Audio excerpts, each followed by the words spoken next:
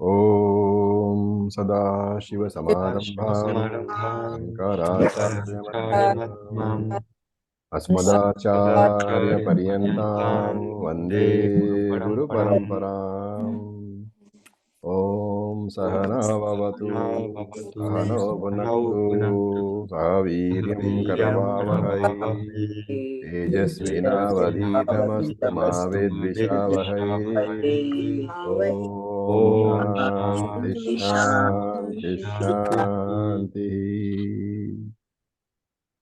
Okay, so we have finished the introduction to the 6th chapter, and today we will look at the first verse. So let us chant. Atha Shashtodhyayah षष्ठोऽध्यायः Dhyana Yogaha ज्ञानयोगः Shri Bhagavanuvacha श्रीभगवानुवाच Anashritta karma phalam अनाश्रितकर्मफलम् Karyam karma karoti yaha कार्यकर्म करोति यः Sa sannyasi cha yogi cha स सन्न्यासी योगी च Na niragnirna chakriyah न निराग्निर्न चाक्यः Okay, so first look at the words. Shri Bhagavan Uvacha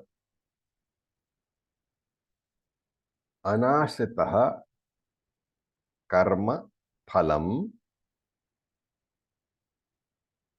Karyam Karma Karoti Yaha Saha Sannyasi Cha Yogi Cha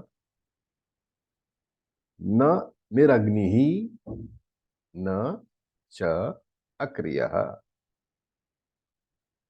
And the Anvaya will be Shri Bhagavan Uvacha Yaha Karma Phalam Anashritaha Karyam Karma Karoti, comma, Saha Sannyasi Chayogi Cha, comma, Na Niragnihi Na Cha Akriyaha. So that's the Anvaya. The simple meaning, Sri Bhagavan Uvacha, Sri Bhagavan said, Yaha Karyam Karma Karoti. So Karyam Karma is that which is to be done. So Yaha Karyam Karma Karoti, that person who does what is to be done, Karma Phalam Anashritaha, without depending upon the fruits of that action, Saha, that person, Sannyasi, is a sannyasi, yogi cha, and a karma yogi, full stop. And you have to add here, that person is not a sannyasi who is naniragnihi, who has just taken the sannyasa vows. Okay, like sannyasa vows is one of them is that you renounce the Agni. The Grahastha Agni you renounce. So naniragnihi, the one who just takes a vow, which means the one who takes the saffron clothes, the formal sannyasi, nor the one who akriyaha, the one who has renounced all duties. So these two refer to the sannyasi, the formal sannyasa, where a person renounces the duties and also renounces the fire. So we'll talk about it a little bit more. And this is the first verse. And if you remember what we talked about in the introduction, this is the external limbs of meditation. First comes under Bahiranga Sadhanani.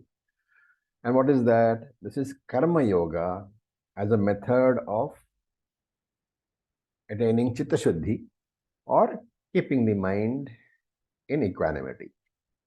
So karma yoga is done by that person, is resorted to by that person who considers that his priority in life is spiritual growth. It doesn't mean that he will not value material accomplishments. It doesn't mean that he looks down upon material accomplishments. But if he is given a choice of priority, he will say that my spiritual growth is the priority.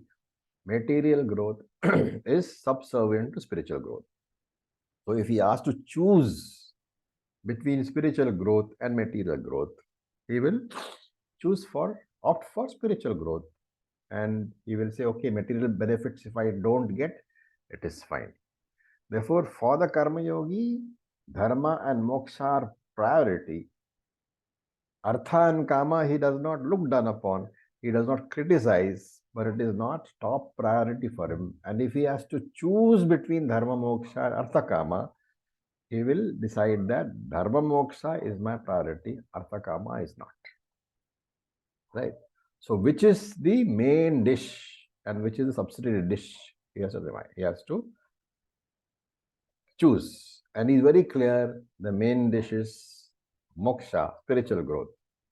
Right? It's like choosing between, you go to a restaurant and you get served curd rice and pickle. Which is you have to decide which is my main dish. Is it pickle or is it curd rice? So if it is curd rice, then for you pickle is accompaniment only.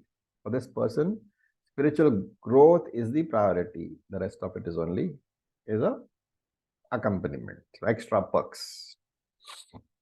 And so that's why Krishna says karma phalam anashritaha, not depending upon karma phalam. If he gets karma phalam, he will not reject. He will not look down upon. If he gets some fame by way of his teaching, or if he gets in his work, he gets a promotion or some increment or some extra perks, his employer gives him a car with driver or gives him a fully furnished house, all these are all karma phalam only. They are all extra perquisites. But he is, while accepting them, he is anashritaha. He is not longing for, he is not emotionally attached to these extra benefits, because his priority is what? Spiritual growth. And Shankara says in his commentary very beautifully, karma phalam trishnavan, the one who is yearning for karma phalam. Karma phalam trishnavan, the one who yearns, the one who leans, emotionally depends upon karma phalam. Saha karma phalam ashrito bhavati. That person becomes emotionally dependent upon that karma phalam. So it's a very good rule. When you find yourself really wanting some karma phalam, remember this Shankaracharya is saying, karma phalam trishnavan, saha karma phalam ashrito bhavati. That same yearning will ensure that you will be dependent upon that very same karma phalam. Right? Of course, Chitta Shuddhi is also karma phalam. Okay. Shastra permits this one karma phalam as a legitimate spiritual karma phalam. If you are expecting Chitta Shuddhi as part of your, as the phalam from your karma, that is no problem. You can use that Chitta Shuddhi as emotional support. But remember that Chitta Shuddhi has a beauty about it. If you are working if you're doing some karma with Chitta Shuddhi as its objective, you will of course get Chitta Shuddhi. But if you are doing Nishkama karma, not expecting any phalam, then also you will get Chitta Shuddhi. Why? Because every karma has to have a phalam. You cannot do any karma without a corresponding result. And therefore here we are saying that if you have to do karma with a desire, do it with a desire for Chitta Shuddhi. But if you can do the karma without a desire, nishkama karma, you will find that you will still get Chitta Shuddhi, because the Lord has to give you some phalam for your karma. And since you have not asked, He has has no choice but to give you Chitta Shuddhi, which is the legitimate phalam for Nishkama Karma. Shastra says so. Therefore, Chitta Shuddhi is a phalam which is accepted by Shastram, legitimate phalam, and you will not uh, come to grief by doing Nishkama Karma. Chitta Shuddhi will definitely be there. You can use that Chitta Shuddhi as an emotional support. But other phalams, he does not depend upon. And therefore, karma phalam anashritaha, he is not obsessed with, he does not focus on the material benefits of his actions. And such a person, what kind of actions does he undertake? So he says, karyam karma karoti. Karyam karma means nitya naimittika karma. Actions which are to be done. Karyam karma means actions which are in the nature of that which is to be done, which are prescribed by the Shastram. And Shastram prescribes karma for what purpose? The entire karma kanda is focused on providing you what? Only chitta shuddhi, internal growth. And therefore, any karyam karma, like pancha yajnas, all these will basically contribute to your inner growth only. It will give you chitta shuddhi. So these are all activities in which more and more beneficiaries are there. We have seen the definition of tamasic activity, rajasic karma, and sattvic karma. Tamasic karma is karma where other people are harmed. You may be benefited, but others are harmed. Rajasic activity is where there is no harm to others, but only you benefit, or maybe your immediate family benefits, you and your immediate family. And sattvic activity is that karma. Sattvic karma, you may also benefit, but more than you, there are many, many people who benefit. The number of beneficiaries in sattvic karma is more, and these are the karmas which Shastra prescribes for your inner growth, like Panchamahayajna, for example. So, artha, kama, pradhana activities can be there, but they benefit more and more other people, right? While, for example, entertainment-oriented activities, going for a movie, all those things, it will benefit basically only you, but the number of outside beneficiaries is very small. Maybe the movie owner, if you consider that you are contributing to his profits. Otherwise, very, very small.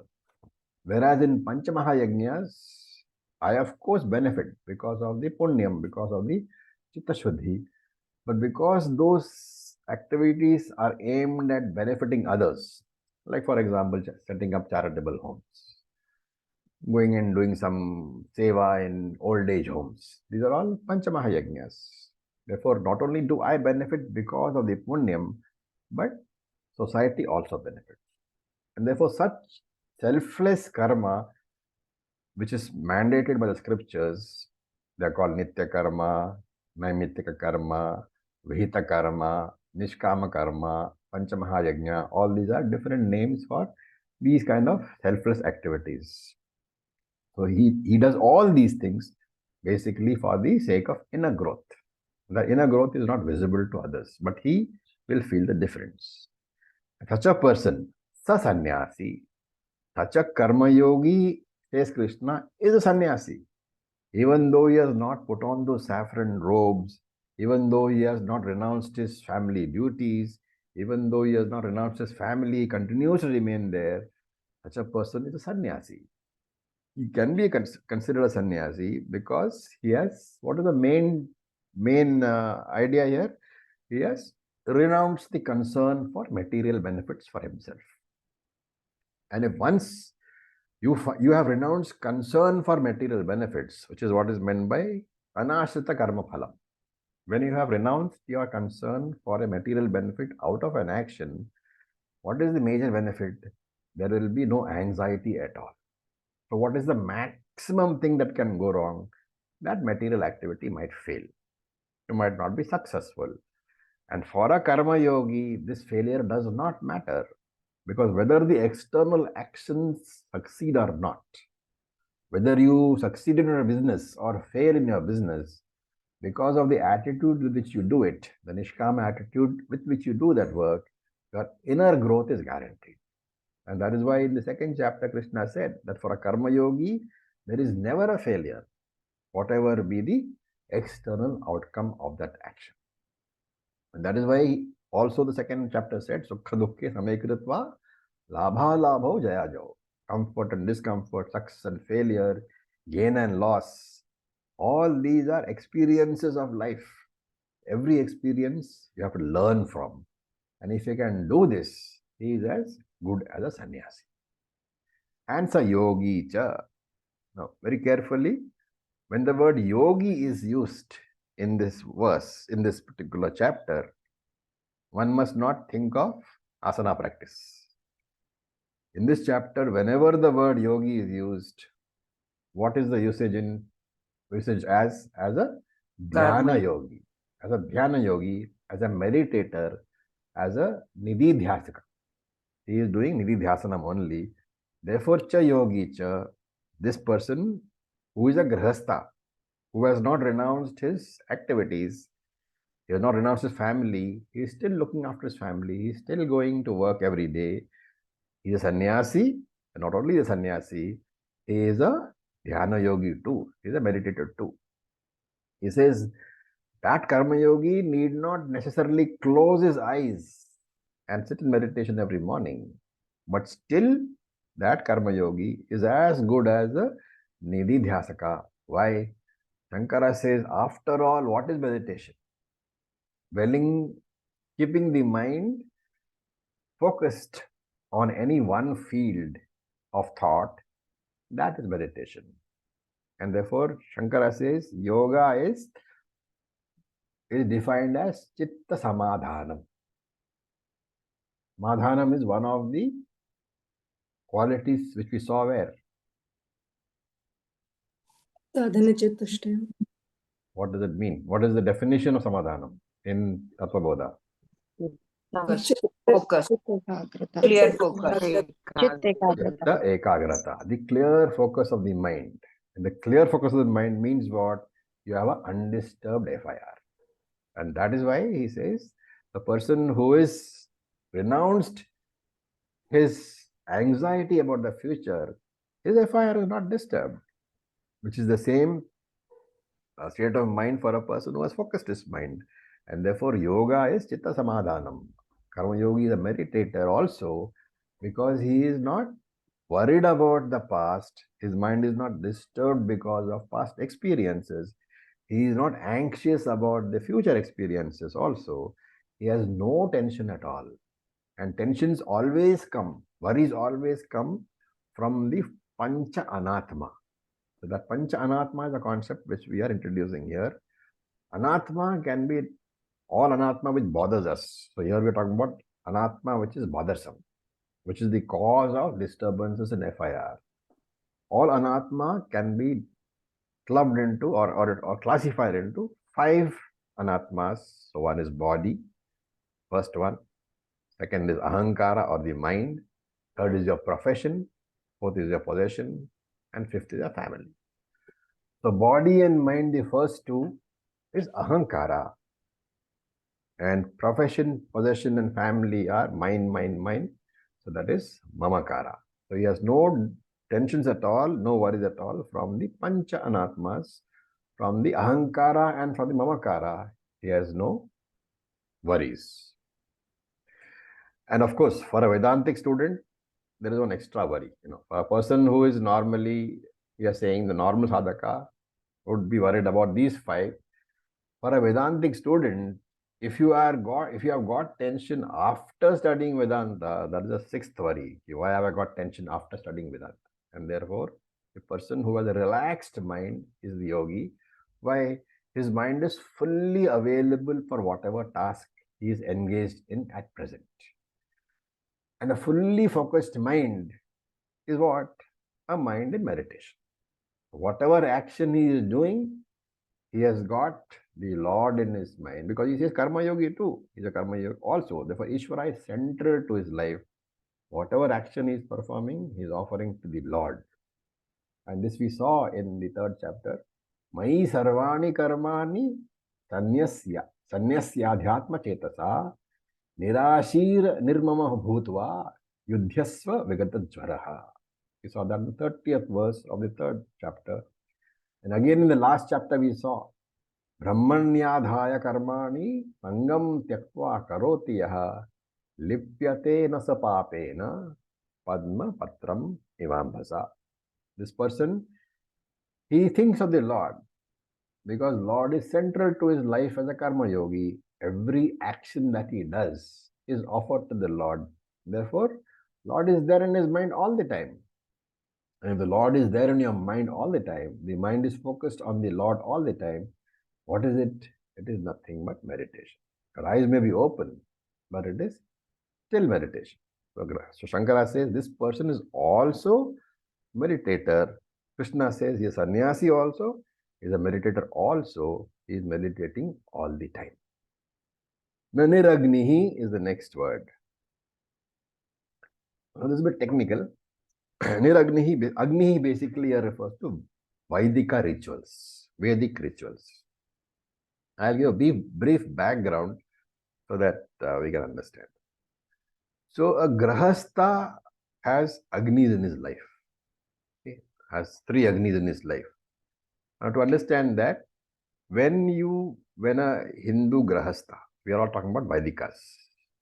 When a person who follows the Veda, he gets married, that fire in the Homakunda, that marriage kunda fire, has got a name, right?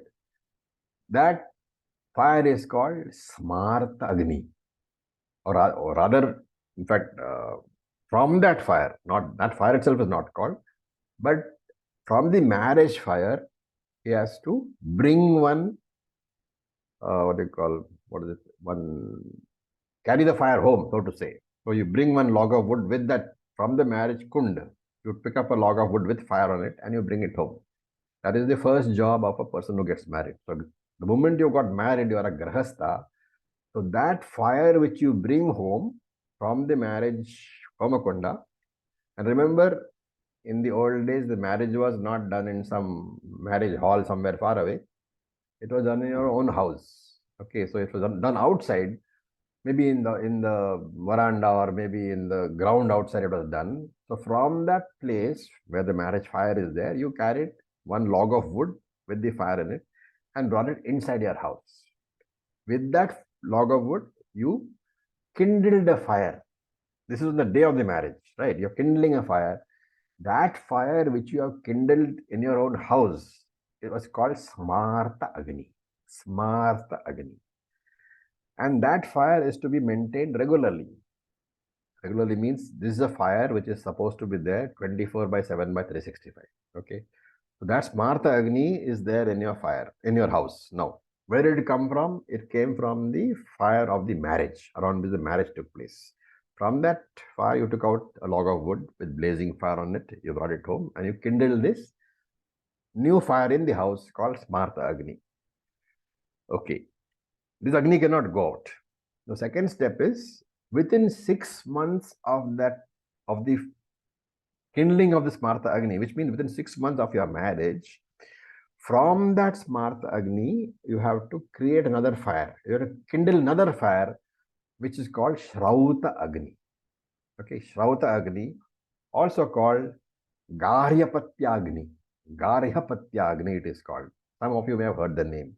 So this Garyapatya Agni is called Shrauta Agni. Why? Because all the Shrauta karma means all karma which is mandated in Shruti. Shruti mandated karma is Shrauta karma. So all karma, Shrauta karma, for example, Agnihotram, etc., they have to be performed. Now note carefully that the Shrauta Agni is an Agni which is kindled from the Smarta Agni. Once the Shrauta Agni is kindled, the Smarta Agni has no importance, so it's no longer kept alive. Because Shrauta Agni is the baby of Smarta Agni. Now, once Shrauta Agni has been kindled, Shrauta Agni is supposed to be in your house 24 hours a day, you're not supposed to let it die. Okay, you have to keep it going.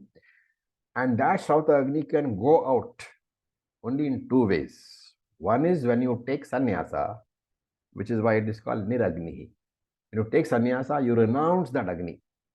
You say, okay, I'm no longer bound to carry out that Agni because that is part of the vows of sannyasa.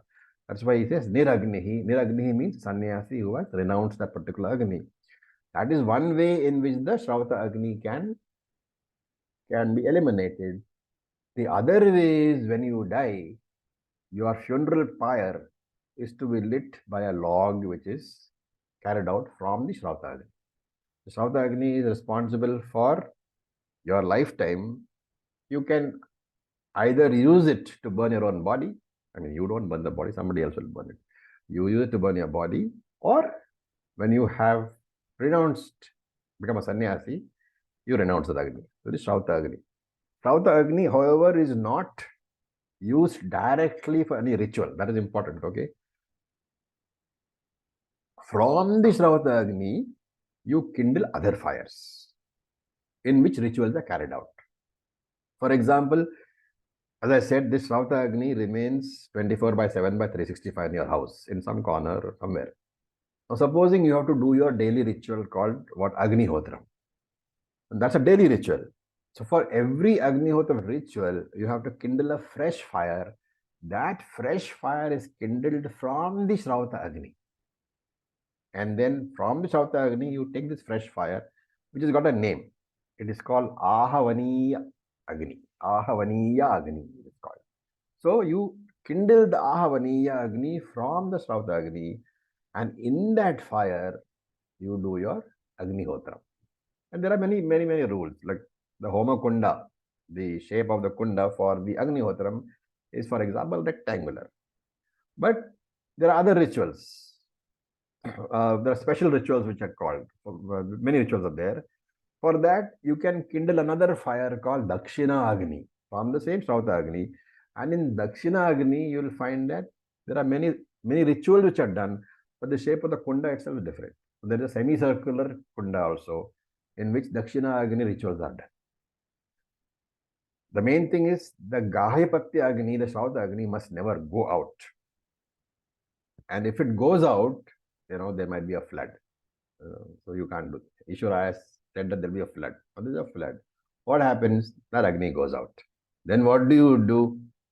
You can, in fact, I asked this question to somebody and he said, well, that's simple. We can go and get married again and again do the Agni. Okay. So that's one solution, of course, but Shastra probably did not envisage that. So if the Agni goes out, it is considered to be a papam. And you cannot go and pick up a matchstick and make another Shrauta Agni. You have to go to the house of another Grahastha where there is Shrauta Agni, and from there you have to bring that log of wood, bring the fire, and then relight the Shrauta Agni in your house. Small things, not really important in the context of this verse, but just for taste. Okay. And if you do all these rituals, what is the result? Chitta Shuddhi is the result. And the person who has renounced all these karma is the sannyasi, because once he renounces this grahastha status, he is no longer entitled to do that particular ritual, because only a person who has a wife can do the rituals. So once you renounce grahastha, these rituals involving Shrauta Agni are no longer binding for you. They can't be done. So Niragnihi means the one who has given up all the Vedic rituals involving Agni. How does he give it up? He gives it up by giving up his status as a married person. Right?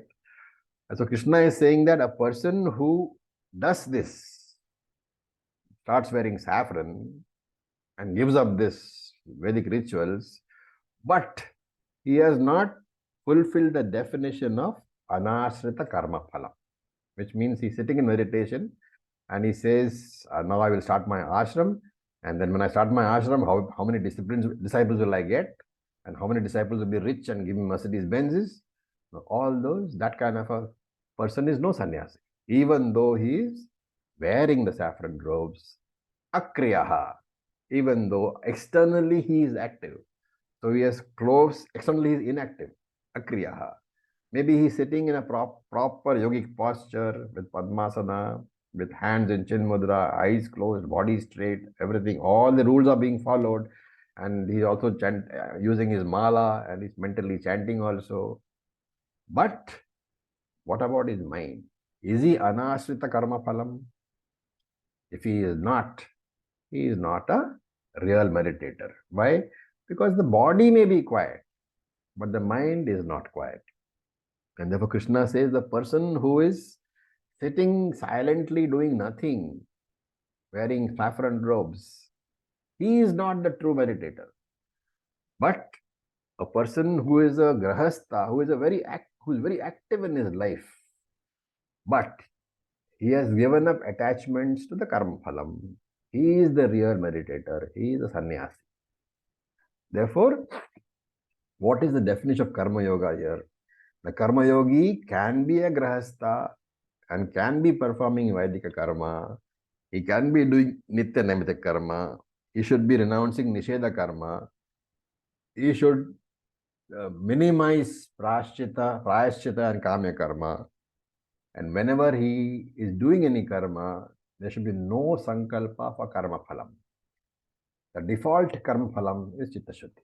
Without sankalpa, he will get chitta shuddhi also. This is the definition of a sannyasi who is also a meditator. Very, very important verse. So I'll just stop for a few minutes in case anybody has any questions. Om, sir.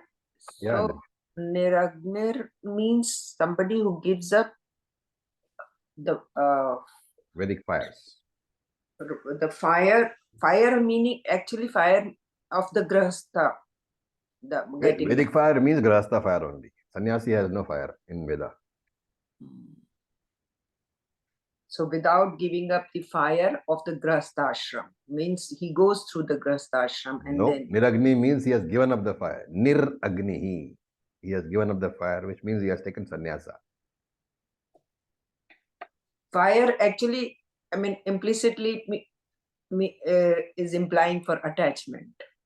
No, here fire means you are a grahastha, and as long as you're a grahastha, you have to do Agnihotram and various other rituals for which you need the fire. That is why Agnihi. Agnihi is central to the life of a grahastha. And when you say Niragnihi, you mean he says he has given up that fire, which means he is no longer a grahastha, which means he has taken up formal sannyasa. Okay. But you could be a grahastha and still be sannyasi without no mental attachment. That is what he's saying. Karma phalam anashritaha.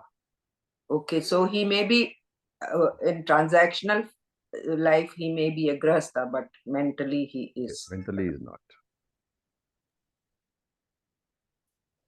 Ravi ji, just as an aside, you had mentioned... Preeti, you'll have to speak slightly louder. I can't hear you. Come closer to the mic. You had said that the Agnis... I'm afraid we can't hear you at all. I just typed my question. Can you bring the mic closer to your lips? There are three Agnis which you have mentioned. Yes. One is the Samartha Agni, then the Shrautra Agni. Which is the third one? I told you. The first Agni is called the Garyapati Agni. Okay. It is also called Shrauta Agni. The Smartha Agni is only incidental information for you. It is not to be taken as one of the Agnis. Okay. So the Shrauta Agni is one, the Ahavani Agni is two, and Dakshina Agni is three. There are three Agnis in your life. Yeah. Thank you. Sir, I have a question. Yes, please. So doing yoga and chanting, these activities we do for ourselves. So these activities would come under Rajasic karma.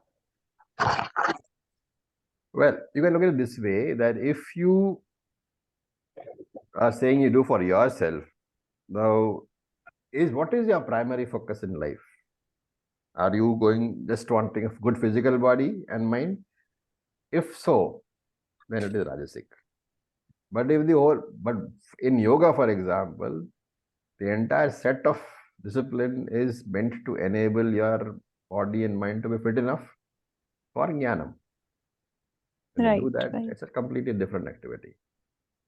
It's Okay. not for yourself, because there the meaning of self changes. Thank you, Acharya.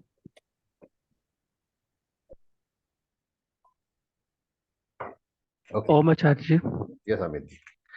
Acharya ji, nowadays we are not actually doing these agnis.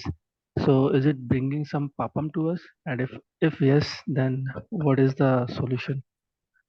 See, nowadays, for example, you don't have, I don't think you can have a Agni in your house. It'll spoil your tiles. Your wife will yell at you, okay? So, these are all, these are all things which are relevant in a particular time.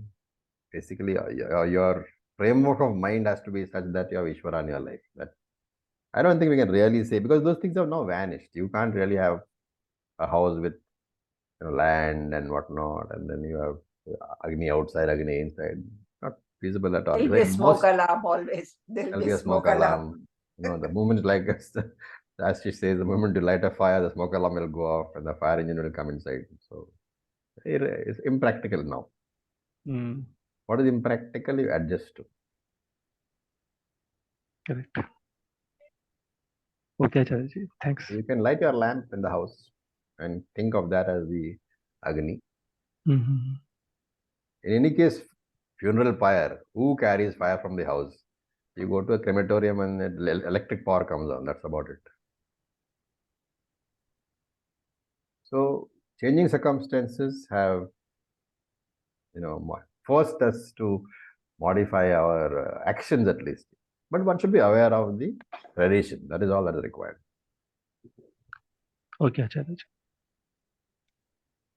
So basically, it is again saying that you need to, in order to get to the higher knowledge, you first need to know the karma kanda. The entire karma kanda is meant to discipline your life. Now, if you are going to work every day, you can have the same approach. You might be going to work as, as a bus driver, as a bank clerk, as a bank officer, as a soldier, as a police officer, even as a hangman. Whatever work you do you have nishkama karma as the, are you fulfilling this definition of anashrita karma phalam? If you are, it is going to give you chitta shuddhi, whatever the job is. That is why in the scripture they have the example of a butcher who is a jnani. Om Acharya. Yes, So yes. the light, so like the light You're part. breaking up. So You are breaking up. when we are, Not heard a word you said. as he asked, Please repeat the whole so question. what should be the intent? Okay, sorry, there's no internet. Yeah. So what should be keeping the light always in the house for, even for a pleasant mind or chitta shuddhi? So what is our intention behind? Because we are not doing the Agnihotram and all every day. See, you are substituting, right? Instead of doing the Agnihotra every day, you are lighting the lamp. I think the lamp is indicative of the fact that I've got jnanam as my focus, because lamp dispels darkness and jnanam dispels ajnanam, which is equal to darkness, tamas. It's symbolic.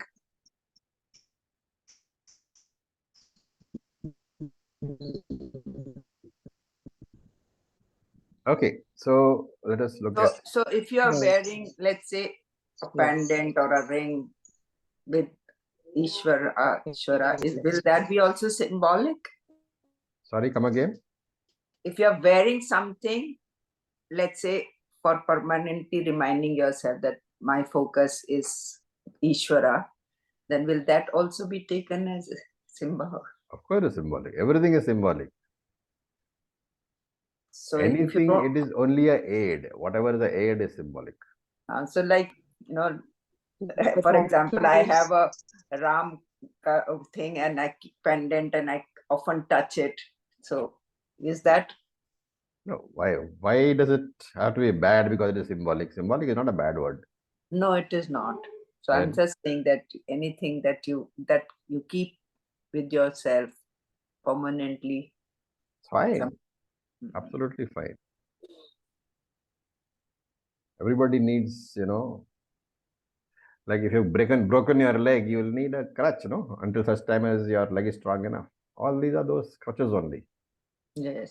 So use a Okay. crutch is not is okay, but using it all the time probably is not. So use it when you need it and throw it away after you are strong enough. And also another reason is also there for the symbolism, Even if you're a jnani, you might want to set a example to the others in your house, younger children, grandchildren. So all symbols are necessary for that. So puja part really becomes more. It is important as the the part role of teaching as your a role. children. It is very important the role.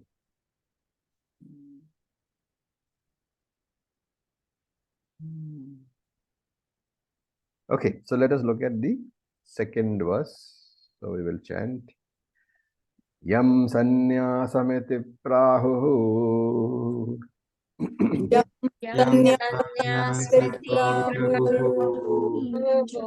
Yogam tam vidhi pandava.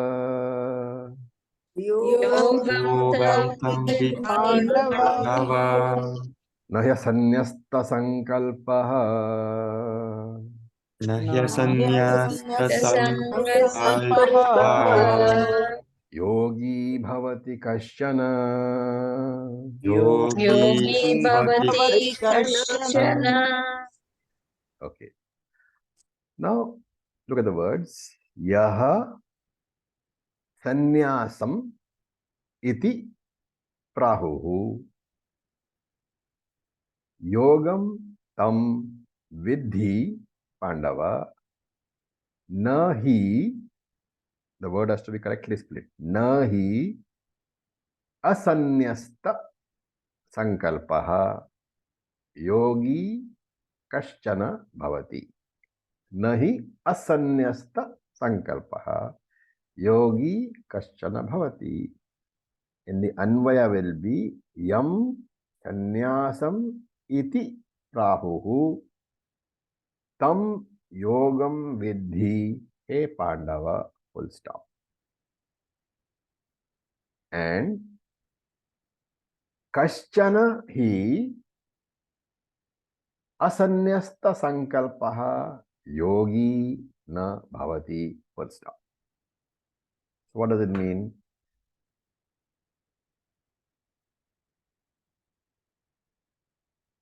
Prahuhu, what they call yam sanyasamiti, what they call sannyasa, tam has to be connected to yam. So yam sannyasam iti prahuhu, what they call sannyasa, tam yogam vidhi he Pandava. Hey Arjuna, know that to be yoga only. And here yoga is, know that to be yoga only because kaschana hi, that he is the reason. Yes, Mat. Kaschana, because asanyasta sankalpaha, the one who has not given up. Sanyastaha is to renounce, asanyastaha is not renounced. Asanyasta sankalpaha, one who has not renounced sankalpaha. Sankalpa means anticipations, expectations, karma phalam. One who has not renounced sankalpaha, yogi na bhavati. He can never become a yogi, he Arjuna. So in this commentary here, Shankara defines karma phalam sankalpa sannyasat sannyasitvam. Sannyasitvam, the essence of sannyasa is karma phala sankalpa sannyasa. The main sannyasa required, he says, is sannyasa of karma phalam anticipation. The renunciation of your anticipation of karma phalam, that is what disturbs the mind the most. The karma phalam anticipation, that I will do such and such an action and I will get such and such a karma phalam. That is the main disturbing factor for the mind. So he says the main sannyasa required, main sannyasa which you should do is of that expectation that I am going to get a certain amount of phalam from this karma. So sannyasa of all those things which disturb the mind is what is sannyasa. And what is the main thing that disturbs the mind? What will happen tomorrow? Concern about the future. Most of the time, that sankalpa, that planning, that worrying about the future, that is what disturbs my mind. So Shankara says, learn to renounce that worry about whether my action will lead to a particular karma phalam or not. And this planning, this worrying about the future, as long as you have not been able to tackle that, Atma Jnanam cannot come to you. Why? Because as long as that worry is there, that worry is capable and will disturb your mind all the time. Therefore, your mind is not available for Jnanam. Right? Even by taking that sannyasa and wearing that saffron clothes, if you are worried about what is going to happen next, where your next meal is coming from, sannyasi cannot get Atmajnanam because there is worry about the future. That is why he says, Nahi asanyasta sankalpaha. If you have not stopped worrying about the future, if you have not renounced worries about the future, nobody can get Atmajnanam. Whether you are a sannyasi or a grahastha, doesn't matter. And while the former person, the one who wears the saffron, formally renounces the world, that is called mukhya sannyasa. But the grahastha, who is a figurative sannyasi in this, when here you are saying a figurative sannyasi called gauna sannyasa, everybody has to renounce the same thing. The sannyasi has renounced the world, but if he has not renounced sankalpaha, he is not eligible for jnanam. The grahastha has not renounced the world, but if he has renounced this sankalpaha, then again he is a gauna sannyasi, a figurative sannyasi, and that renunciation of sankalpa is what is required to get your mind to be available. And Shankara says very nicely in his bhashyam that whenever you use something in a figurative sense, a figurative usage, gauna prayoga in Sanskrit, gauna prayoga, a figurative usage of a word, is admissible only if there are some similarities between two things. For example, you say Devadatta is a lion, right? Now, what is the similarity between Devadatta and the lion? Whenever you say Devadatta is a lion, you are looking at the fact that Devadatta has got a lot of courage, like the lion. Lion also is a very courageous animal, and Devadatta is a courageous person. That is why you say Devadatta is a lion. And that is where the comparison should stop, right? You should not take the comparison further to the non-common features and say Devadatta is a lion means where is the tail, where are the four legs, where are the canine teeth. These you cannot say. Therefore, whenever there is a figurative usage, there has to be some similarity between the two people involved, two entities involved. And this similarity of feature, Shankara says, is called guna sadrishyam. Guna sadrishyam means similarity of features. And so very beautifully Shankara writes over here, Krishna is bringing out the guna sadrishyam between a sannyasi and a grahastha. What are the similar features? Sannyasam and yogitva. So both of which are present in the sannyasi, but both of which are also present in the grahastha. And therefore Krishna says that the sannyasi is as good as the grahastha. Remember, this yogi is supposed to renounce what? Sankalpaha, which is renunciation and anxiety about the future. That is the real renunciation. And as I said earlier, there are 5 levels: possession, profession, family, and mind. Carefully dropping this anxiety, Also, please note that when I say drop the anxiety about the Pancha Anatma, we are including possession, profession, family, body, and mind. Ahankara and Mamakara both are included. But we should note that dropping the anxiety is not the same as dropping the duties or responsibilities. Okay? Because a lot of people say the sannyas, becoming a grahastha sannyasi means that you are dropping your duties. You are not. A grahastha sannyasi only drops his anxieties about the future, his anxieties about the family, his anxieties about his profession. All the duties which he has to do, he carefully does. So, one needs proper thinking. I will do my best and face whatever comes. So there is a beautiful little song from my old days. Kve sara sara. Whatever will be, will be. That is the attitude of a karma yogi. Whatever comes, let it come. I will face it. And this yogi has done exactly that. A formal sannyasi who has taken the saffron robes, the yellow ochre robes, he drops the duties also.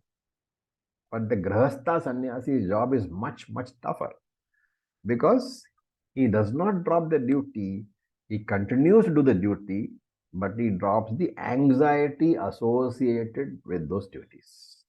And therefore, Krishna is saying that the karma yogi is a better fit into the definition of a real sannyasi than the sannyasi who has dropped only the duties but not the sankalpa.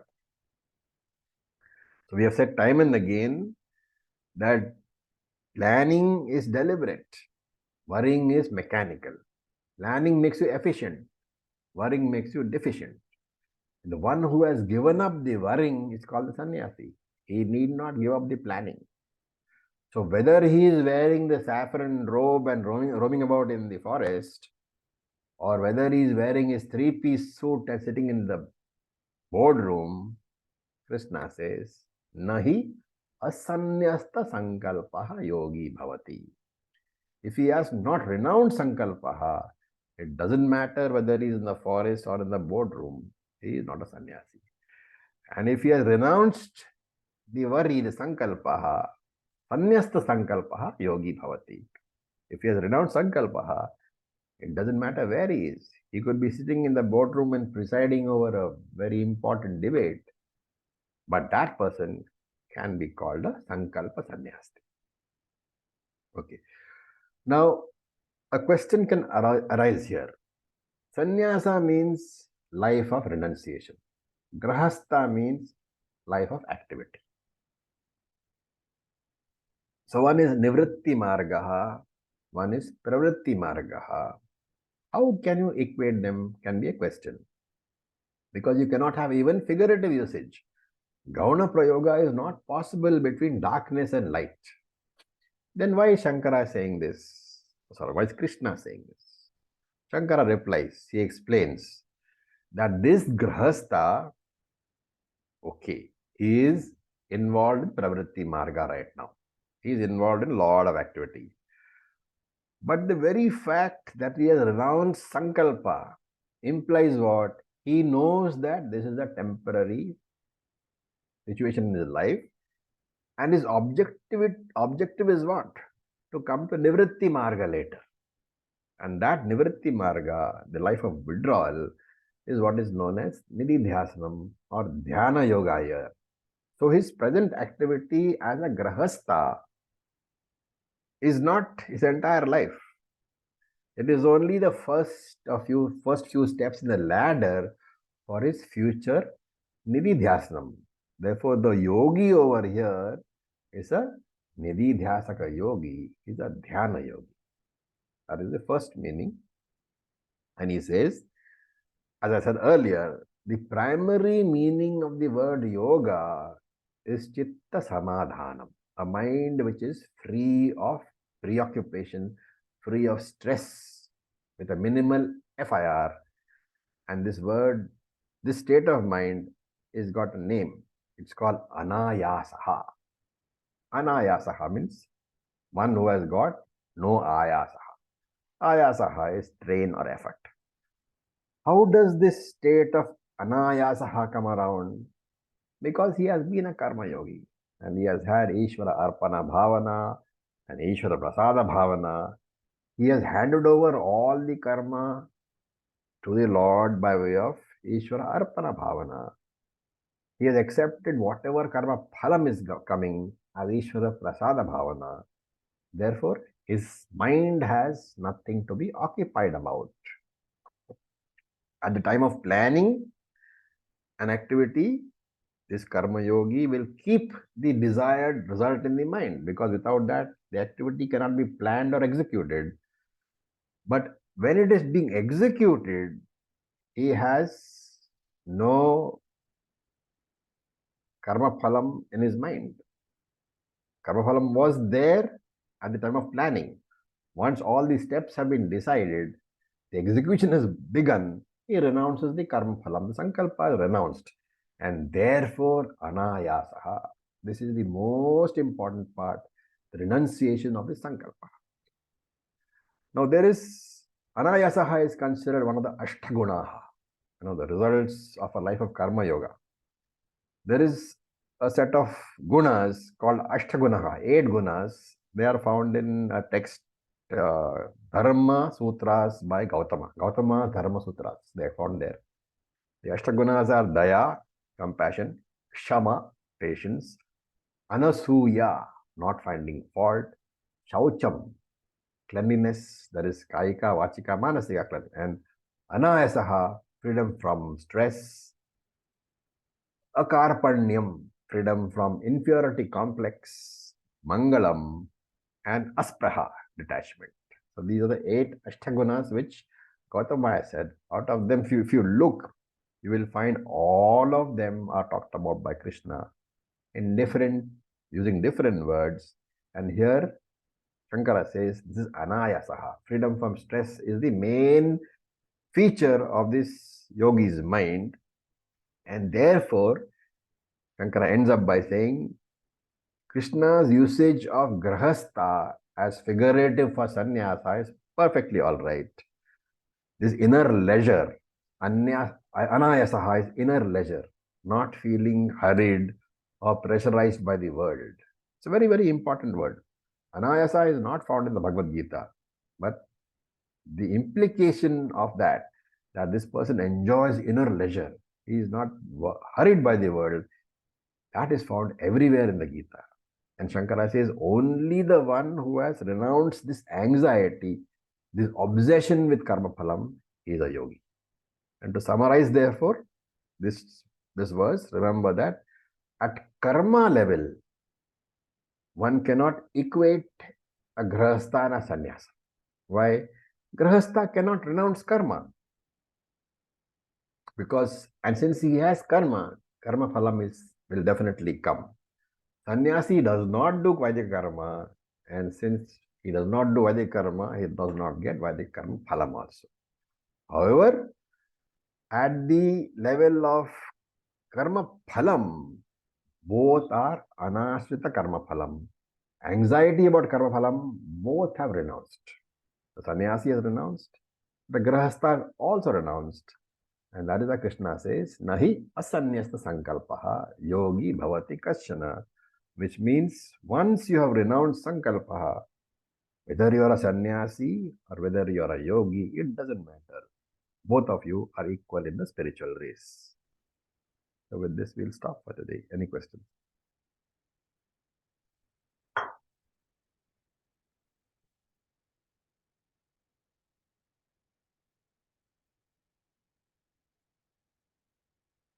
No questions? Need time to You need time to assimilate. Okay.